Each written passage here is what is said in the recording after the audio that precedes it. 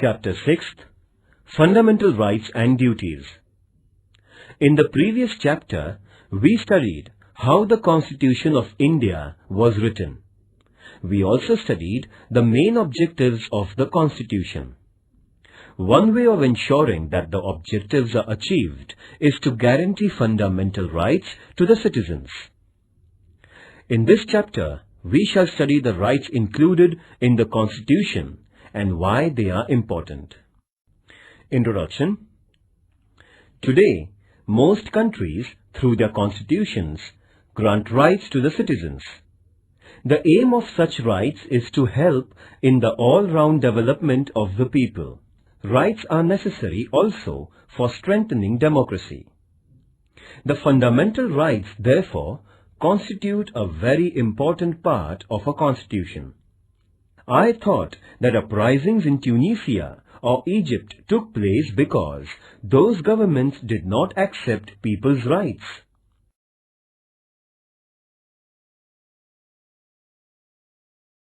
A. What is a right?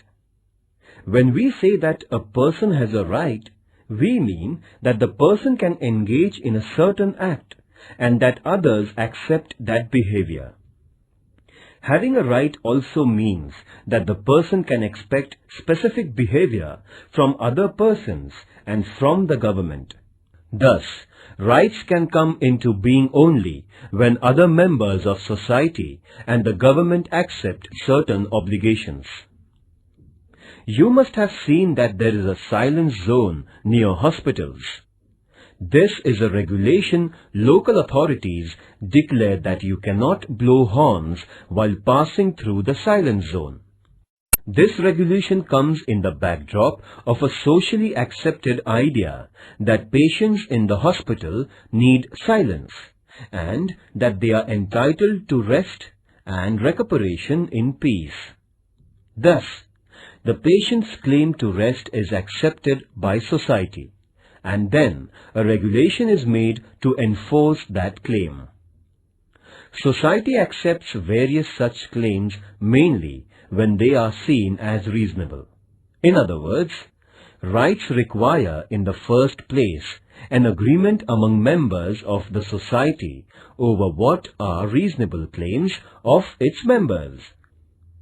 Then, it also requires legal provisions for ensuring the rights. Such legal provisions include limits on the powers of the government.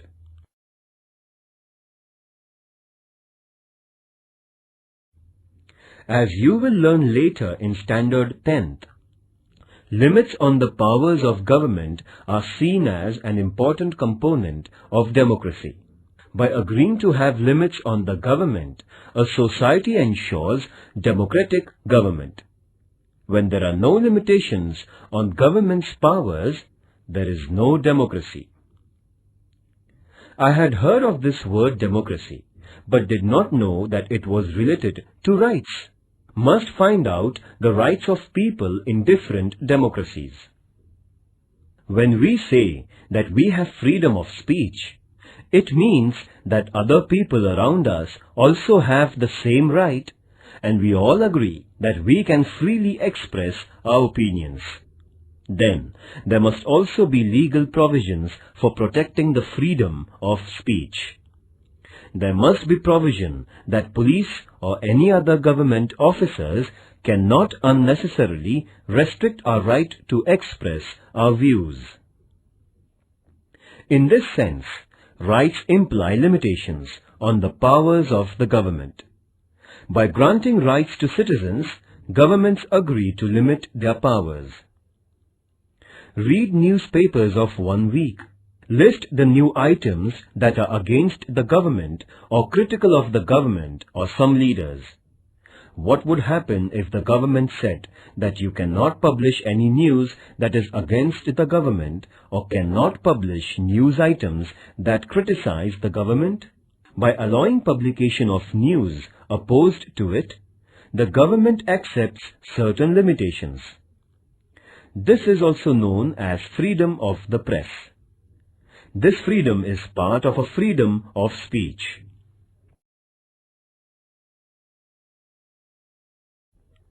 But granting these rights was not an easy or straightforward process.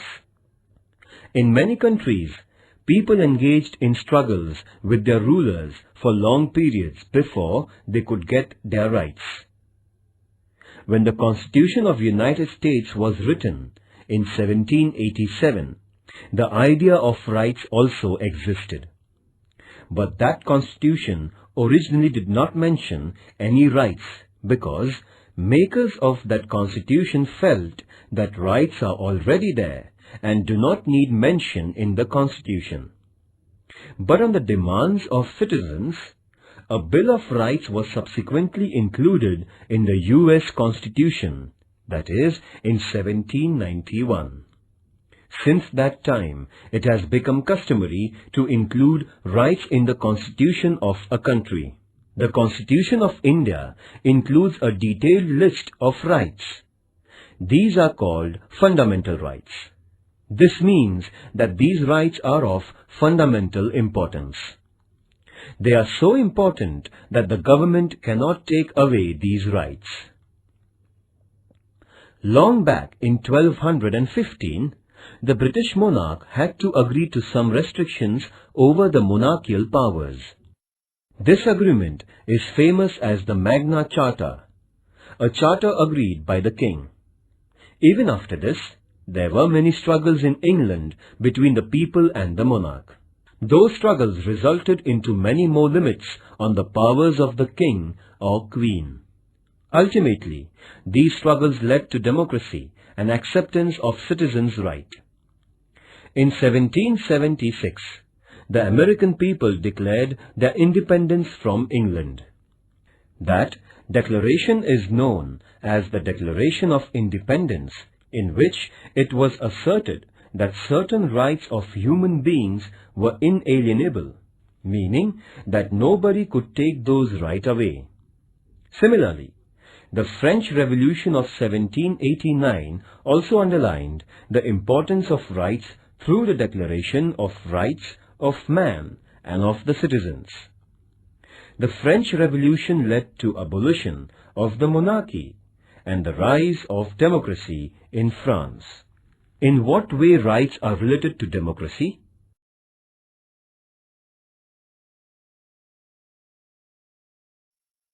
Educational and cultural rights. India is full of diversity. People in a country speak different languages, follow different religions, adopt different cultural practices, and celebrate different festivals. This is possible only when we do not force people to give up their own cultural practices and adopt the culture of the majority. In every part of the country, some cultural or linguistic groups will be in a minority. Do they have to follow the culture of the majority? Freedom means that minorities should be free to adopt and practice their own culture. The Constitution has guaranteed such cultural diversity by protecting educational and cultural rights of minorities. A group belonging to language-based minority or religious minority will have the right to protect its culture and to form educational institutions.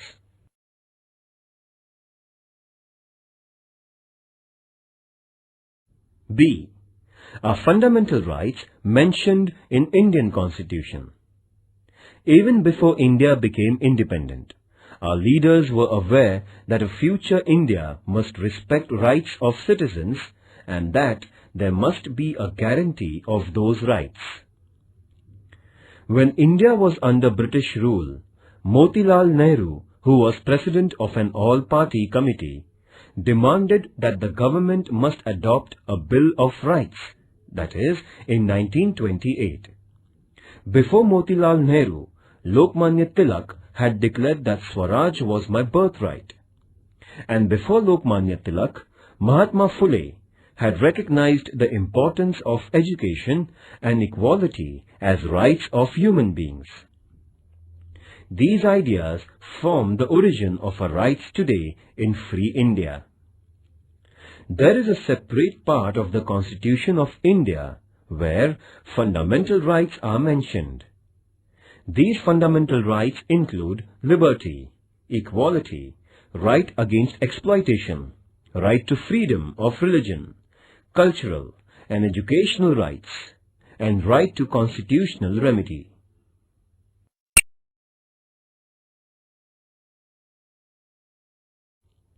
C. Human rights. It is now internationally accepted that every human being has certain rights. These are described as human rights. It is also accepted now that human rights should be adopted and guaranteed by every country, and necessary mechanism for protection of human rights should be created. In the year 1948, the United Nations adopted the Universal Declaration of Human Rights, 10th December 1948. This day is celebrated every year as Human Rights Day. Later, in 1966, the General Assembly of United Nations adopted the International Covenant of Economic, Social and Cultural Rights, and many countries have signed that agreement. According to the international norm, India has created the National Human Rights Commission in 1993. The Universal Declaration of Human Rights lists many important rights. These include individual freedoms such as freedom of speech, movement, etc., right to equality, cultural rights, and freedom of religion. Besides this, Declaration also includes wide-ranging rights such as right to work, right to rest and leisure, right to education, etc. The purpose is to ensure a balanced development of every individual and ensuring equal worth of all persons. Dignity and justice for all of us, this is the motto of the Universal Declaration of Human Rights. Activity. Using Internet, find out countries that have adopted the Declaration of Human Rights. For information about the number of countries that have signed the International Covenant, access the UN website.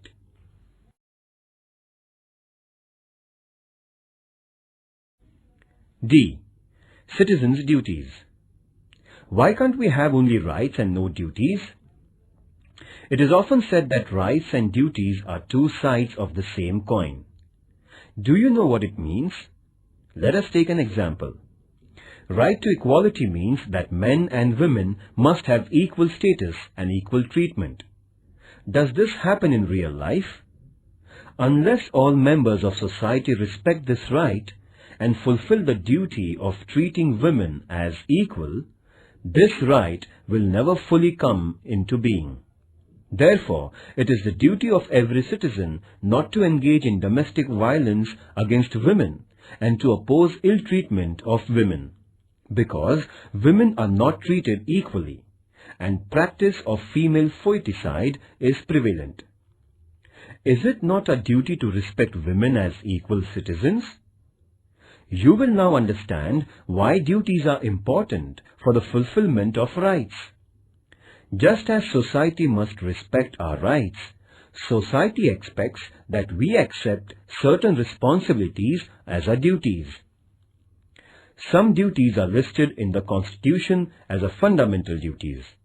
These include to respect the Constitution, to respect national flag and national anthem, to protect the country, to adopt a feeling of brotherhood towards all citizens of India, to protect the environment, to adopt a scientific approach, etc.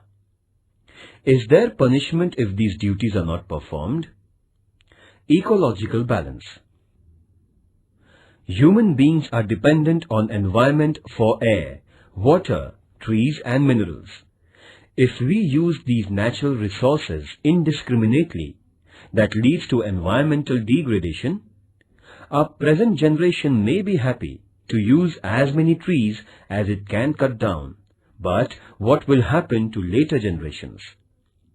Already, over-exploitation of natural resources is leading to crises such as drop in rainfall, rise in temperature, and many other environmental hazards. This only shows the importance of duties, It is not our duty to use the natural resources carefully, think of others, and think of our future generations. Activity. Obtain a copy of the Constitution of India and make a list of fundamental duties. Discuss in your class why these duties are important. I can now see the link between rights and duties. Unless we are bound by the duty to protect our environment, how can later generations enjoy the benefits of forests and fresh air and other natural resources?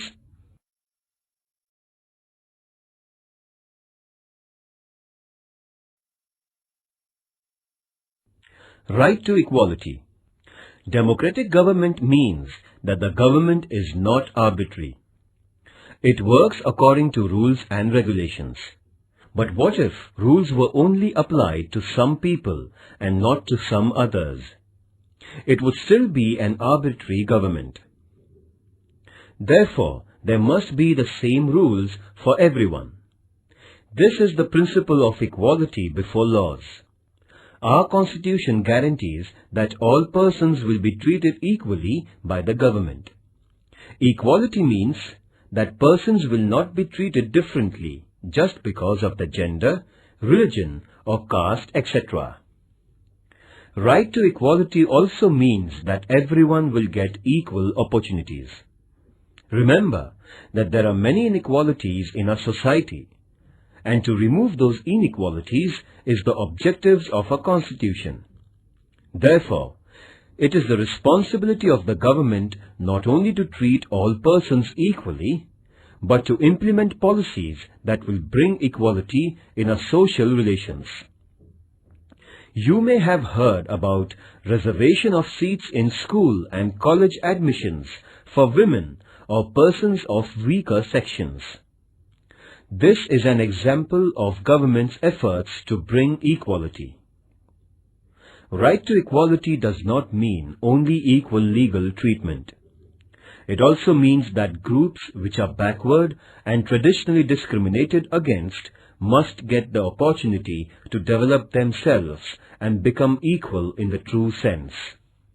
Thus, right to equality puts a responsibility on the government to remove injustice and inequality.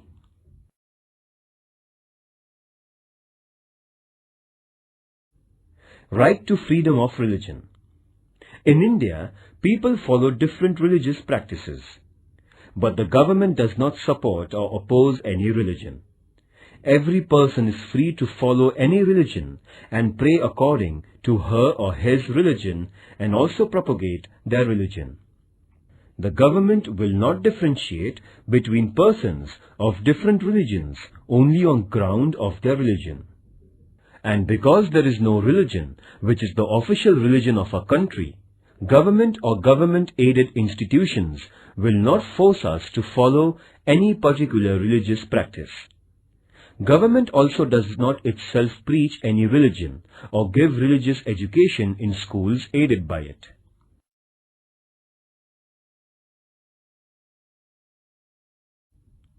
Right to information.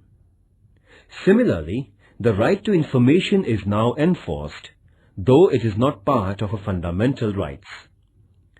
Citizens cannot judge the government if they do not have enough information. Therefore, of late, it has been accepted all over the world that democracy means citizens' right to get the information from their government. This is known as the right to information. After the efforts of the senior social activist Anna Hazare and his followers, right to information was passed by the Government of India.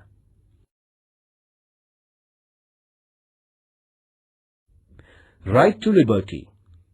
Right to life is one of the most important rights of the individual. Our Constitution guarantees this right. It means that even the government cannot take away our life or cannot arrest us without reason and without legal procedure. But merely a guarantee of life is not enough. As human beings, we want to live a meaningful life. We want to do things we like. We want to develop our personality, follow our hobbies, pursue our own interests. For this to become a reality, we need an assurance that there won't be unreasonable restrictions on our personal liberties. Freedom of speech is one of the most important personal liberties. Besides, we have the liberty to form associations and organize meetings. We also have the freedom to move freely in different parts of the country and reside anywhere in the country. And we have the freedom to undertake any profession or business of our liking.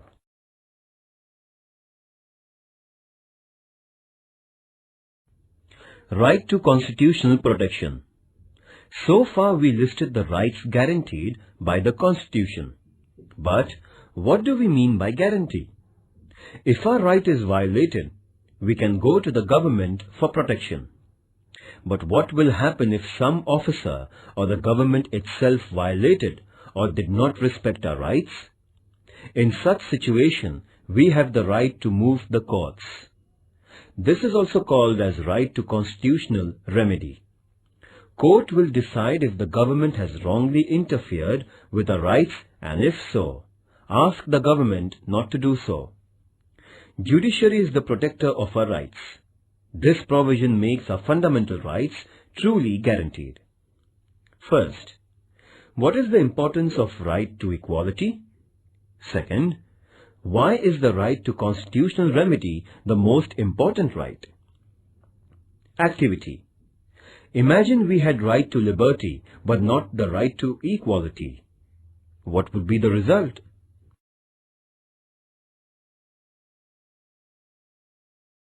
Right against exploitation. Both liberty and equality will be violated if some people are forced by others to undertake some work against their wishes. Because of poverty, there used to be many people who would take loans from private moneylenders, and the moneylenders would then force them to work without payments until the loan and interest are repaid. This practice was known as forced labor or wait. The Constitution has declared such practices as illegal. There will be no slavery in any form, and nobody will be treated as a bonded labor. Another fallout of poverty is that children from poor families are required to undertake work and earn money. As a result, children are sometimes employed in very hard and dangerous jobs, such as the job of making firecrackers. The Constitution has banned such practices because these involve exploitation of children. Children below the age of 14 years of age cannot be employed in hazardous jobs.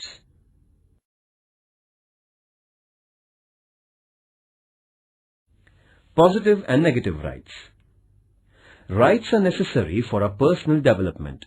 They are necessary also for the well-being of the society. Rights ensure that weaker and backward sections of society get opportunities to improve their condition. The right to equality is very important in this respect. Thus, some rights are limitations or restrictions on the powers of the government, while some rights mandate that the government adopts policies for the well-being of weaker and needy sections. In this sense, rights are responsibility of the government and the society to make sure that various services and facilities reach all sections. So, our rights are twofold. Some rights are restrictions on government, what the government cannot and should not be doing. Let us call them negative rights, because they tell us what the government should not do. On the other hand, some rights tell what the government should do. These are positive rights. Right to education, for instance, is a positive right. On the other hand, freedom of speech is a negative right, meaning that it states that government cannot put unreasonable restrictions on a freedom of speech.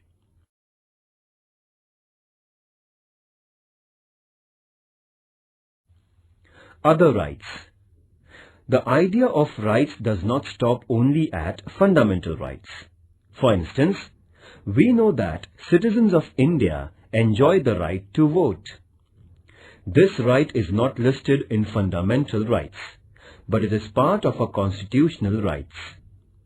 Even after the Constitution was written, the scope of our rights has been expanded. For example, we now have the right to education. Under this right, all children between the age of 6 and 14 are entitled to education. Activity. Collect the information about right to education. Discuss in your class the importance of right to education.